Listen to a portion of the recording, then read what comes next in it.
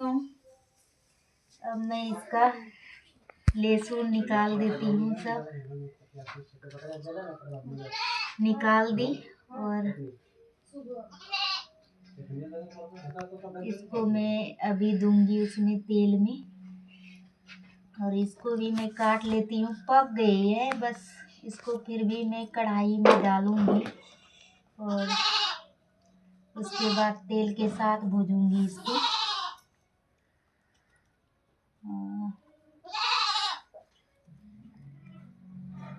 देख लीजिए, मैं चटनी बनाऊंगी इसको और देखती हूँ आज ट्राई करके। बैंगन टमाटर और मिर्ची की चटनी, धनिया पत्ता की चटनी मैं बनाऊंगी। अभी जा रही हूँ, अभी कढ़ाई चढ़ा दी हूँ, गरम होने देती हूँ, तब मैं अभी बताऊंगी आप सभी को कैसा चटनी बना है। तो आप सभी हमारे वीडियो को लाइक, सब्सक्राइब और कमेंट ज़्यादा से ज़्यादा शेयर कीजिए।